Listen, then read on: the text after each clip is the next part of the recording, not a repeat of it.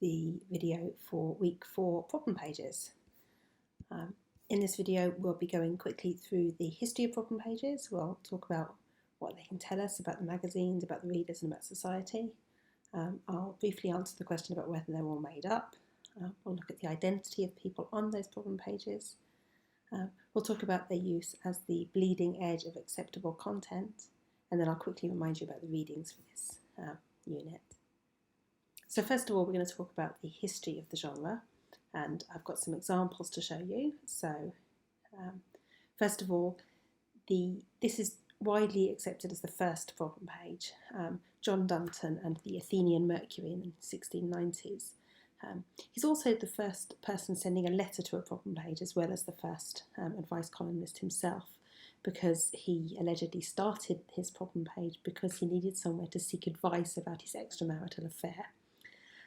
So he set up a publication called the Athenian Mercury, in which he answered the questions of people who sent him letters with questions in them. And he invented the Athenian Society to answer these questions. Now, some of them were real people who he actually recruited to use their experience, their expertise to answer questions. But he also just made people up. If he encountered a question that he didn't have an expert for, he'd just make an expert up. So all of those people you can see looking all learned and serious in the image on the right there. Excuse me. Some of them are real people, some of them are not. The first one that I really encountered, sort of in a scholarly sense, is The Girl's Own Paper, which obviously we talked about a few weeks ago. Victorian girls' magazine, which persisted through until 1956. This is an example from 1894 of their Answers to Correspondence page, which was published throughout all of the early examples of the magazine. In this one, unlike the ones that you'll be more used to seeing, they don't publish the letters, which can occasionally be really frustrating. So you'll see answers in them, and we'll be looking at some of these in the seminar that goes with this video. You'll see answers which you have to try and guess what the letter might have been, what the question might have been. These are allegedly written by the editor, who at this time was a guy called Charles Peters. How many of them he actually wrote, it's impossible to tell at this remove. But many of them use rather charming pseudonyms. Many of the writers use rather charming pseudonyms, and you'll see those in the examples we'll look at later. Then getting into the middle of the 20th century, you might have heard of Anne Landers and Dear Abby. They're sort of the two big American examples of advice columnists. Neither of them are their real names, which is an interesting thing which will come up again. They were actually sisters. Anne Landers was begun by somebody else, but was taken over by Eppie Lederer in 1955 and run until her death in 2002. And her twin sister, Pauline Phillips, started Dear Abby the following year. Dear Abby is now run by Pauline Phillips' daughter. So both of these columns were widely syndicated throughout the US and indeed throughout the world. Anne Landers crops up in the British 60s teen magazine Romeo, which is quite interesting, especially because the readers of that magazine would presumably not have heard of Landers in a somewhat less globalised and less connected world. Nowadays we might have heard of the big names from the US, but in the 60s perhaps less so. So these are twin sisters, each writing an advice column under a pseudonym, allegedly feuding, which perhaps is obvious considering one of them started an advice column straight after the other one did. And as you see from these screenshots here, both continuing online.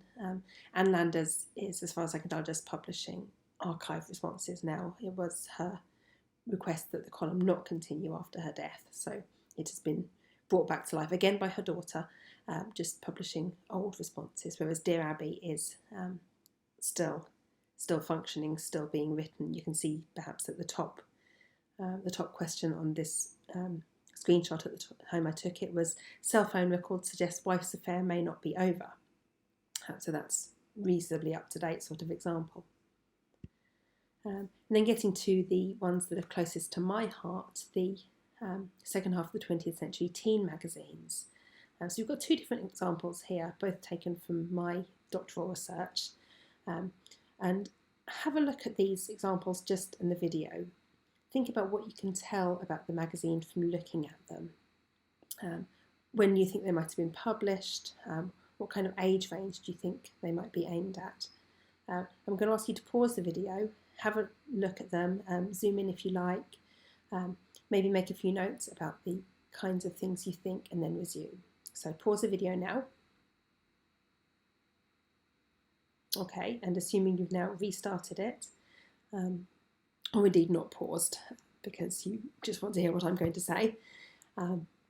Although, do consider pausing and having a think about them separately, because this is the kind of thing we'll be doing in the seminar activity that goes with this. So the one on the left is from It's Bliss magazine in '95. It's aimed at the mid-teens, sort of 14 to 16-ish. Seems a bit weird to call that mid-teens since 13 is early teens, but the way that teens fit with the decade is a bit strange. And the black and white one on the right is from Trend magazine in 1967. Aimed at a bit older readers, I think, maybe 16 to 18. And you can see clues to all of these things in things like the colour, the clothes that people are wearing, the kind of topics that are being talked about. And perhaps most notably, I think, the inclusion of sex and fairly frank discussion of sex in the example from It's Bliss. And the Trend example doesn't really talk about sex, but it does talk about being engaged to boys as being kind of a big deal, and something that is very much forefront in the minds of the readers, whereas engagements would have been much further away from the ideas of a 16-year-old in 1995. So have a think about the kinds of messages you can get from looking at the magazines. Obviously, this is a topic I've come back to again and again, but it's an important one when you're looking at magazines. And now looking forwards to the present, certainly teen magazines have now more or less died a death. As you'll know, the print industry in general is very much less rock solid than it was in the 20th century. Magazines are in some cases struggling, working hard to find new audiences and new ways of engaging audiences. Neither of these are magazine examples exactly, but they are magazine type websites which perhaps are familiar to you. We have Scarletine on the left and Captain Awkward on the right. They're both doing problem pages, the kinds of things that the teen magazines used to do last century. Scarletine is particularly about sex education, and particularly aimed at teenagers. It's been going for a good while now, and it's pretty respected and serious and sensible, whilst also meeting its audience on a reasonably level footing. Captain Awkward started by excuse me, somebody who just wanted to start a blog and to practice answering questions effectively. So less actual authority going on there. But if you've read Captain Awkward, there's a whole kind of mythology almost of the kinds of responses she gives to questions that have grown up around that. So both of these are doing some of the same sorts of things that problem pages used to do. And I'm sure you can think of other examples, and in fact there will be other examples listed in the materials that go with this video. So these are kind of the future of problem pages. There are of course also ongoing examples in newspapers. There's a link in the resources that go with the video to a Guardian advice column, and there will be some equivalents in most of the newspapers you care to mention, and in quite a few magazines as well, although less so than in the sort of the glory days of the form. So there's a lot that you can tell about magazines and about the society that produces the magazines by looking at the problem page. In some ways more with the problem page than in any of the rest of the magazine, because it's a less mediated way of the magazine and the readers talking to each other. And I say less mediated because, of course, the problem pages, both reader letters and the responses, are still edited, are still cut, are still subject to all of the usual constraints that are placed on the printed page in particular. But we can see things like the relationship between the reader and the magazine, some Some magazine advice columnists do things like refer to their readers with endearments. Oh, honey, I'm so sorry, that's such a difficult problem, for example. Other times they use quite authoritarian language, and you'll see that in the Girls' Own Paper examples we'll be looking at. Some of the 90s ones in particular do a sort of a performance of equality. The people answering the problem pages might be a bit older than readers, but they're in the same sort of position and they maybe remember having the same sorts of problems. So they're performing some kind of equality there. Some magazines are very keen to enforce a perceived line of right and wrong. So for example, if you look at 1960s versions of Jackie magazine, you'll get a lot of repeated stuff saying things like, do not chase boys. Chasing boys is always wrong. It's up to boys to chase you, and if you chase them, you won't get anywhere. You'll just turn them off completely. That's repeated over and over again, because this is the accepted line that Jackie magazine is pursuing. In other magazines and at other times, you'll get much more acceptance of multiple perspectives of, well, this is your reality. Let's talk about how we can accept your reality, how we can negotiate with the other people in your life to make things easier for you and for them. Much more acceptance of negotiation generally. So you get lots of different things like that you can read into the problem pages. You'll also, as I mentioned a few slides back, you'll also see the increasing acceptance of different kinds of topic. Sex is obviously the big one. So in magazines of, say, the 50s and 60s, for girls in particular, there's virtually no mention of sex. There might be some in women's magazines, but even then it's still quite euphemistic. You wouldn't want to talk too explicitly about sex, even if your magazine is targeted at married women who presumably are having sex, because of the risk that people who aren't married, the children might be reading it, or indeed that you might give married women ideas about sex which are beyond their societally permitted roles at the time.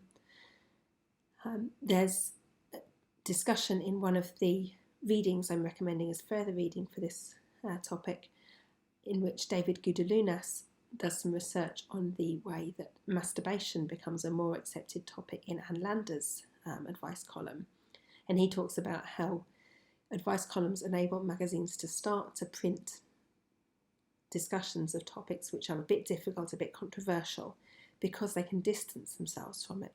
So if somebody has written in a letter asking about masturbation, then that's not the magazine itself talking about it, it's one of the readers asking, and then the magazine just responds. And magazines can use that kind of thing to sort of gradually push the boundary of what counts as accepted. So in almost all cases, you'll find controversial subjects first appearing on the problem pages and then gradually moving into the more serious articles, and then from the more serious articles out into sort of wider content as topics become more accepted. You can see that with masturbation, you can see that with all different kinds of sexual topics. You can see it with queer relationships in teen magazines, that's the other particularly big one.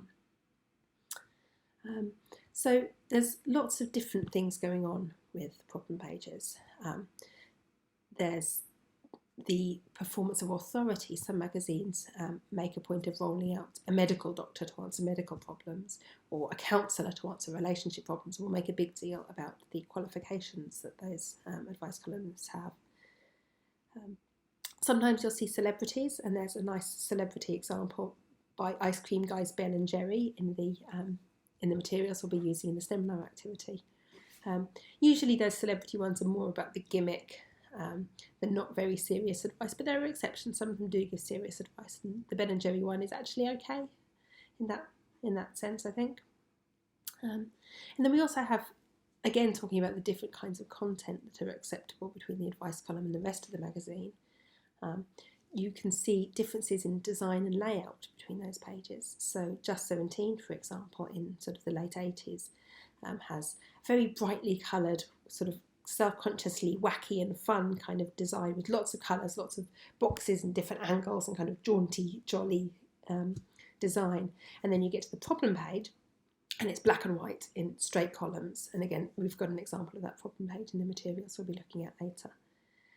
So they're making a clear distinction between the kind of the fun and the excitement of the rest of the magazine and the place where you get to the problem page and you can immediately see this is more serious content.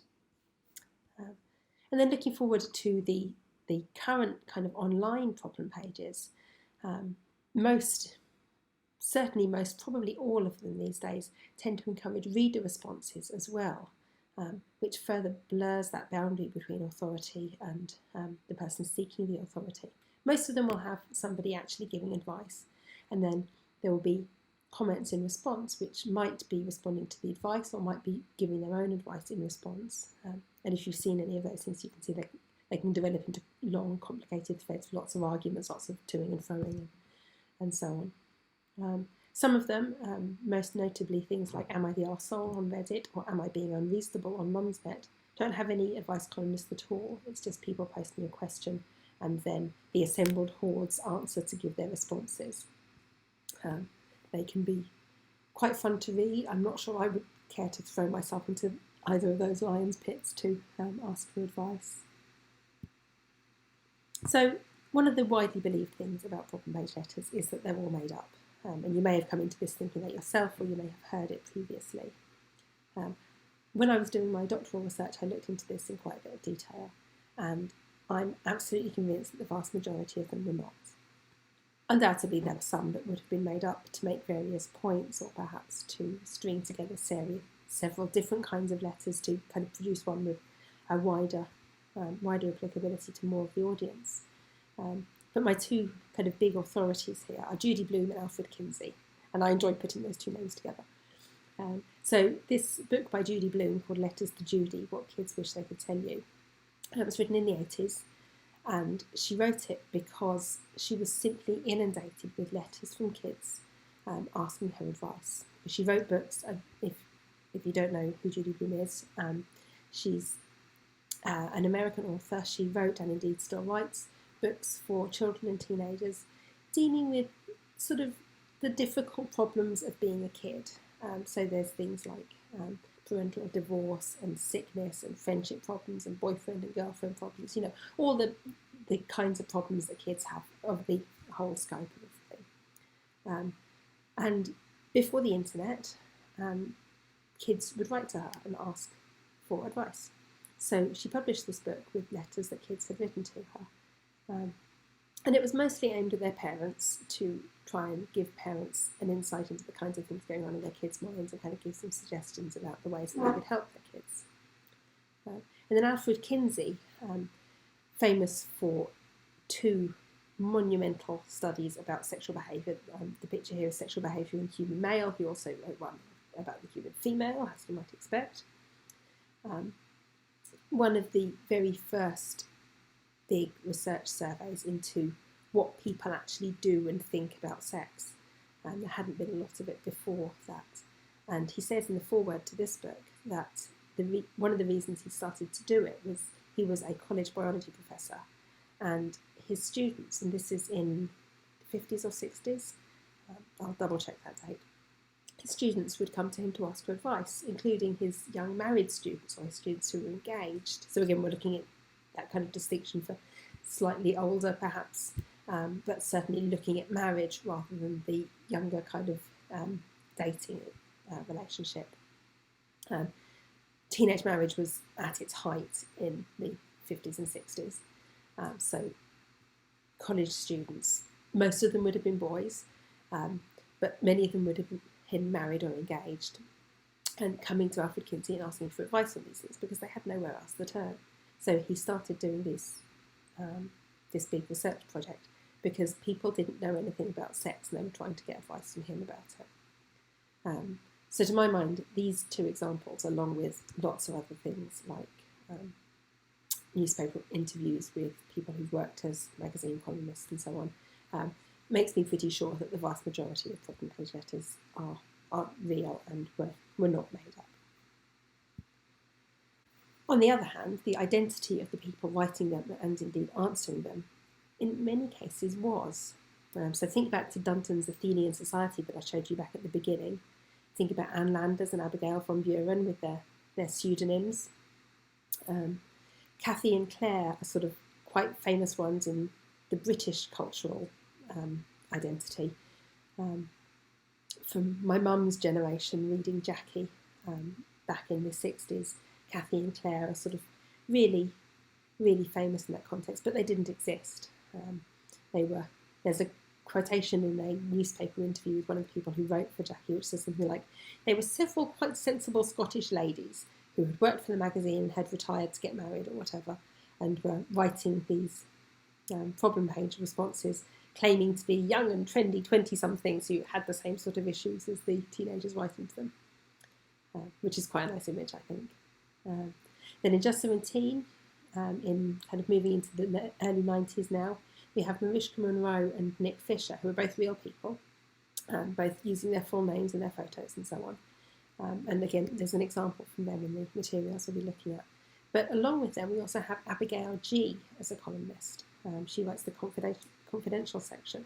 Now, she has her photo next to it, but the fact that her last name isn't printed in its entirety kind of strikes a different balance between her and Monroe and Fisher, who are presented as much more real and authentic people. And then getting into the present day and the people behind Scarletine and Captain Awkward, although they're not using their names in an upfront sort of sense. Captain Awkward calls herself Captain Awkward. Her name is just one click behind the homepage on the About page, Jennifer Peepas. So there's kind of some murkiness going on about the identity of people concerned, and the same with the writers to the problem pages. In some cases, you'll see names. In some cases, you'll even see not quite full addresses, but kind of almost. And then in other cases, you'll see lots of pseudonyms. In the Girls on Paper, as I mentioned earlier, some of them are quite flowery, quite charming. Later on, you get things like people writing to Ms in the late 90s calling themselves Ms Male Model Fan, because Ms had a big thing about printing posters of male models. Some of them will use real names. Lots of them will identify themselves by affiliation to a band or an actor or something like that. And obviously on the internet, people quite often use pseudonyms. And on things like the Am I the Arsehole threads on Reddit, you'll often see people explicitly saying, "This is a throwaway account. I've made a special account to make this post. I do not want to associate it with my normal account that I use to post otherwise." So all of this stuff is kind of murky, and it makes the picture of authority about the advice columnist kind of murky as well, because you can never be quite sure that you're reading the words of a genuine person. In some cases, there's pretty strong evidence that it probably is a genuine person. But even then, you will perhaps all be familiar with the idea of advice columnists passing the torch on to the next generation, as indeed Ann Landers and Abigail von Buren did, and Kathy and Claire likewise. So there's some murky stuff there. Now, I talked a little bit earlier about the way the problem page starts to produce the acceptability of content. And this is a quote from the David Goodallunas article about masturbation, which says, "The newspaper advice column is a mediated space where readers and leading popular culture authorities can talk both formally and informally about topics prohibited elsewhere." And what I've got as an illustration here is a column from Just 17 from Nick Fisher, The Boy's View. And you almost certainly can't read it, but that grey box at the bottom says, "Nick will only answer letters personally addressed to him." So you only get the male perspective if you explicitly ask for the male perspective. But what you can see in this topic is sexual frustration. "I admitted I'm gay, I don't like my schoolmates, and I can't sort out my feelings." So there's some sort of potentially quite difficult issues going on there that start to become acceptable to be talked about within the confines of the problem page, and then gradually become more acceptable. So what Goodallunas is talking about is that each time a taboo topic is mentioned, it becomes slightly less taboo. So it is originally featured in the problem page because that's a safe place. The magazine doesn't have to take any responsibility. It's kind of a fenced-off enclave. And then can gradually become less taboo and then gradually move out from there. One of the other things that the problem pages do within magazines is help to build and identify community. So this first quote here is from Dawn Curry's research with girls reading magazines, and she's quoting one of her participants, 15-year-old called Kristen, who says, questions on the problem page. They aren't too young and they aren't too old or anything. They're kind of right for me. So she's using the problem page to identify that this is the right magazine, that this is the community she belongs to. She looks at it and she thinks, yeah, these are the kinds of problems that I might have, as opposed to these problems are too young, too childish, too babyish for me, or, ooh, there's problems, they're a bit advanced, I'm not quite there yet, give me a couple of years. So she's finding herself within the problem pages. And this is echoed by Guy Constantine's research on magazine advertising. And do read this. He's written a lot of stuff on the way magazine advertising works, which obviously is very relevant to what we're doing in this module. But he talks about the way a reader's identification with a magazine can be quite strong, quite powerful, and it can help to reinforce a reader's own self-image.